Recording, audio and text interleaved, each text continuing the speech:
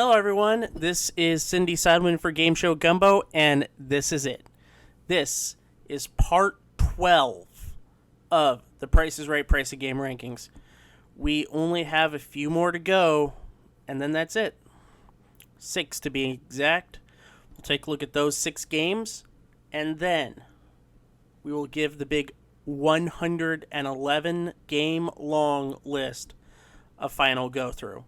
Another thing I do want to bring up, maybe for another addendum to this, are future pricing games that could debut, and also the pricing games that were used on Let's Make a Deal.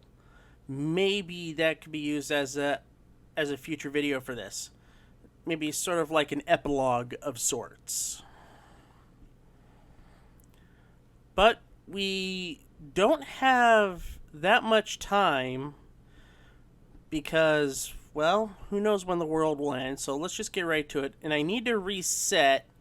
Now, we will talk about Vendo-Price a little bit later on, but what I do want to talk about first is Do the Math. Now, Do the Math debuted October 14th, 2013, and no surprise, all 6 games that we're going to be talking about are still in the rotation, so I'm not going to bother you with that. Now, Do the Math was actually supposed to debut a few years earlier, supposed to debut alongside Gas Money and a few other pricing games. The idea was they were supposed to debut 5 pricing games over 1 week, but then it went over budget, and Do the Math was shuttled off for later, and the only new pricing game we got that season, I believe, was Gas Money. And we have no word on the other 4 pricing games. So there you go. Now, Do the Math and how you play that is simple. You're shown, it's a simple math equation. It's the cost of prize A plus or minus a certain dollar amount. Let's say for what we have pictured on here, like it'll be the price of a trip to Greece plus or minus, we'll say $12.75 equals the cost of the trip to Italy. You get the correct math equation, whether it be Greece plus $12.75 or Greece minus $12.75 to equal Italy's price, and you win both prizes. Now, honestly, I think that's pretty cool. I think it's smart. You know, it's a quick play game, but it's an inventive quick play game. It's more equilibrium. And I just think it does it well. And I do like the blackboard-esque display for the actual retail prices of the prizes and the plus or minus. I think it's a fun little game. That's what I'll say. It's a fun little game. Next up is Vendo-Price. Now we'll talk about Vendo-Price. Debuted September 25th, 2015. This is another quick play game, and this is a grocery quick play game, which we don't have much of. Here, you're shown 3 grocery items. 1 in the blue row, 1 in the green row, and 1 in the red row. Now, the thing is, the top row is the least expensive. The singular item is the least expensive. The bottom row is the most expensive, and that middle row is somewhere in between the two. Drew gives you a coin, you put it in the slot, and the door opens. So, for example, let's say the top one has 7, the middle one has 4, the bottom one has 3. Out of those 3, you have to decide which of those 3 rows is the most expensive. And you pick the right one, and you win. It's another interesting quick play item. I do like the old school vending machine style that goes along with this game. And you know, the ones where you actually have to pull in order to dispense something. Nowadays, you just hit a button combination and you get the swirl and it pops out. Just don't expect it to actually work most of the time. I learned that the hard way when I was in vacation. I wanted to get like a snack from the vending machine, and it didn't happen. So I had to plunk another $2 just because I wanted a little snack, and I got two. So, it happens. I just wanted the one, but I got two, and I had to pay $4 for it. What happens?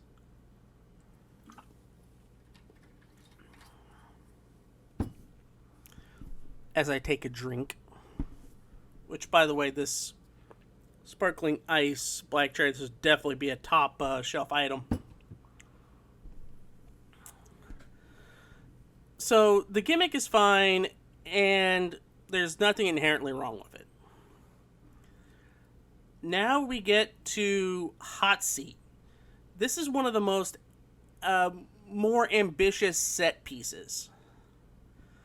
So you are shown 5 small items, and while you're sitting in this chair, you have 35 seconds to determine whether the price given is higher or lower. Kind of like what they do with bonus game, what they do with shell game, stuff like that. And you have 35 seconds to get through that first part. Part 2 is revealing to see which ones are higher or lower. See if you are correct. And by the way you press the buttons is finding out if it's higher or lower, as I have to reactivate my camera again. There we go. Is hitting a red button if you think it's higher, a blue button if you think it's lower. And with 35 seconds and the movement of the chair, and you have the audience, yelling at you, higher, lower, stuff like that. So that 35 seconds could fly by quick. So you're moved. So after you get all 5 done, you're then moved to a random item. Now you're moved to items that are correct, if you have any correct. So if you get the first one right, it's $500. The next one is $2,500, then $5,000, then $10,000, and then the grand prize of $20,000. Now, is this an easy game? No. Is it a hard game? Can be, depending on the items. I gotta be honest, I'm kind of lukewarm to Hot Seat. I mean, we have all of these pricing games. We have all these games played for cash. We have Grand Game, Punch a Bunch, Plinko, It's in the Bag, Half Off. We have Hot Seat. We have Pay the Rent.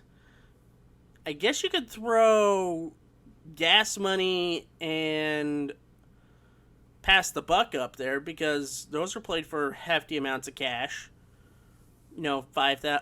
At max you can get 8,000 in the car for Pass the Buck. 10,000 in the car for Gas Money. For Hot Seat, I don't know. Well, I like the concept. I just don't like the execution. So I'm kind of lukewarm on it. It's not a favorite of mine, but if I were to come on down and if I was going to play, this wouldn't be a game I wouldn't poo-poo. Now we get to Gridlock, a game played for a car. This was recently debuted in 2017. You have to decide. It's a quick play car game, so to speak. Now, you have to figure out what are the second and third numbers of the price of the car and the fourth and fifth numbers of the price of the car using cars in LA traffic. So, traffic jammed ahead, so all that fun stuff. The concept is cute, but I'm not a fan of the game at all. It's okay. but it's not really exciting. It's a basic game just with a fancy design is all it is.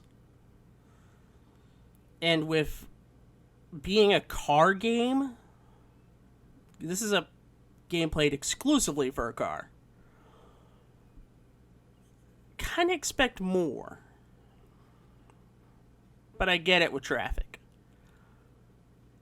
So just let you know, you have a 1 in 3 shot, and then you have to follow up with another 1 in 3 shot, and you're only allowed one mistake the entire game. So, like, you hit the emergency brake. I don't know. It's just not for me. I don't really care much for Gridlock. Both in the physical sense and also in the pricing game sense, and I am really hating my camera right now. I really am. I think I might need to buy a new camera. One that's more stable. And that was the last new pricing game to debut until this season, the 50th season. That is going to wrap up in a few days. And that's odd to me that we didn't get any new pricing games. But they came back in a big way, and with the next one being Back to 72. Now, it debuted this season. I don't know if they're going to continue it next season.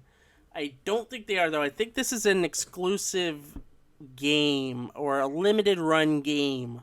It's only going to be played this season. So what they did is they've taken items from the original show with the original prize copy that George reads. And you have this little scale, and you turn this little daisy dial to what you think is the right price. And you have 50 spaces to play with. It is a harder game. It's supposed to be a harder game. And honestly, it's a fine game. I like the idea. I like the setup. And it sells it as like a nostalgia run game, so to speak. So the concept is you turn the dial, and if you survive all 50 clicks with 3 prizes, you win. Simple as that. I mean, it's a fun game. It's a fine game. I just don't know if they're going to continue it. But I'm kind of happy we got this nice little nod to the show's past. Even if it's the first season, and if it's kind of like a glorified now or then. But you know what?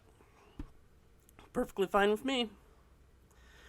Now we get to the newest pricing game, To the Penny, which is a revamped penny ante.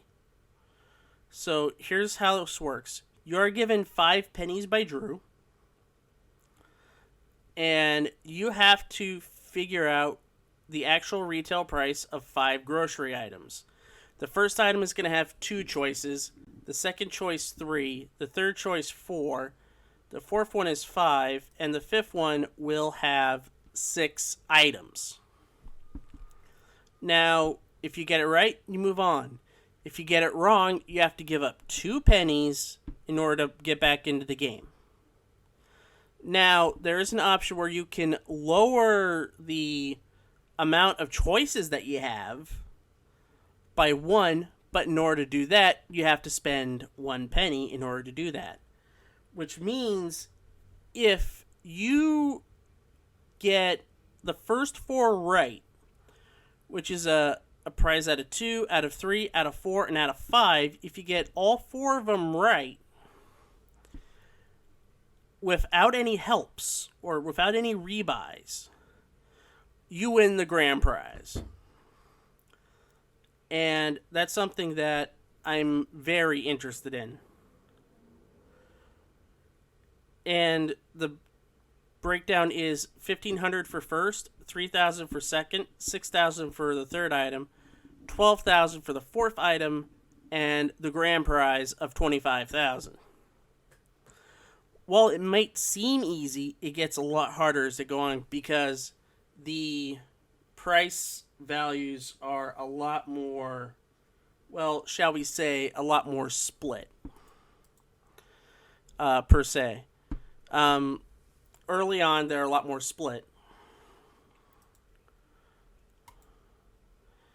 And when you get closer,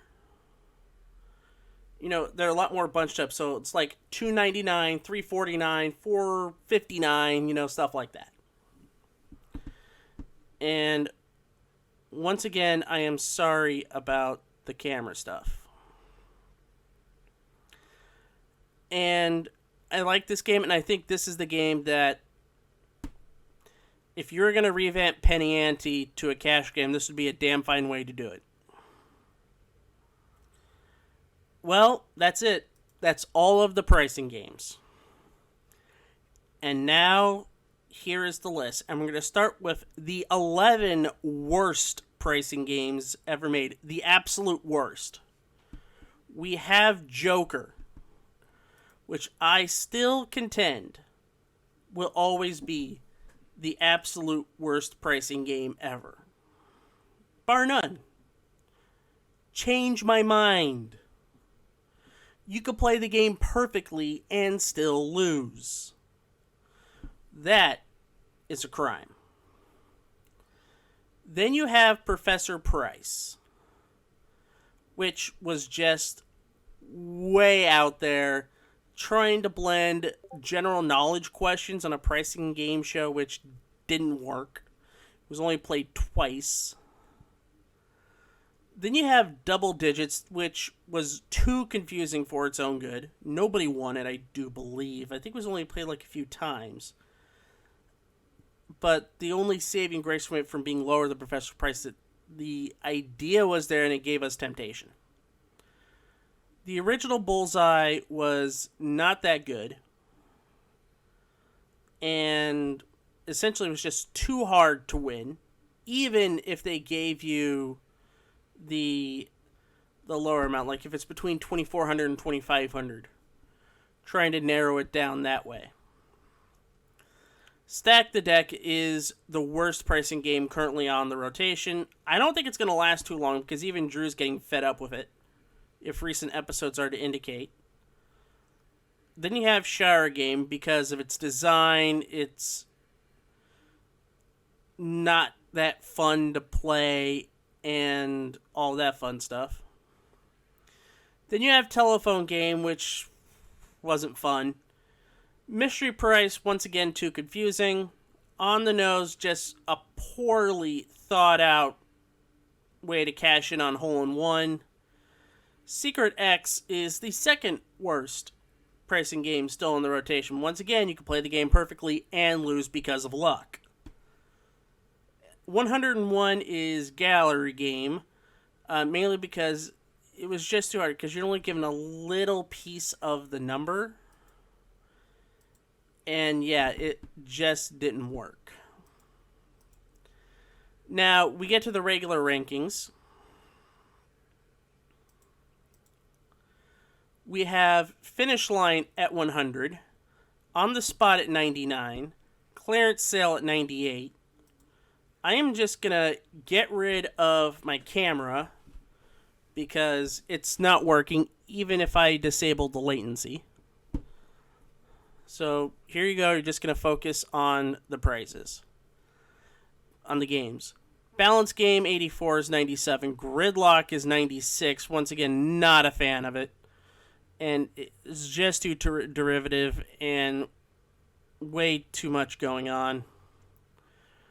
5 Price Tags 95. Once again, I don't like the game. This one's just personal preference to me. Because you can play the game perfectly and to me still lose, but you know what, you can, but you still have to guess the price of the car. So Eh. Fortune Hunter 94, just not a good game. Pick number 93, Double Price is 92. Those are pretty much interchangeable because essentially pick one, you win.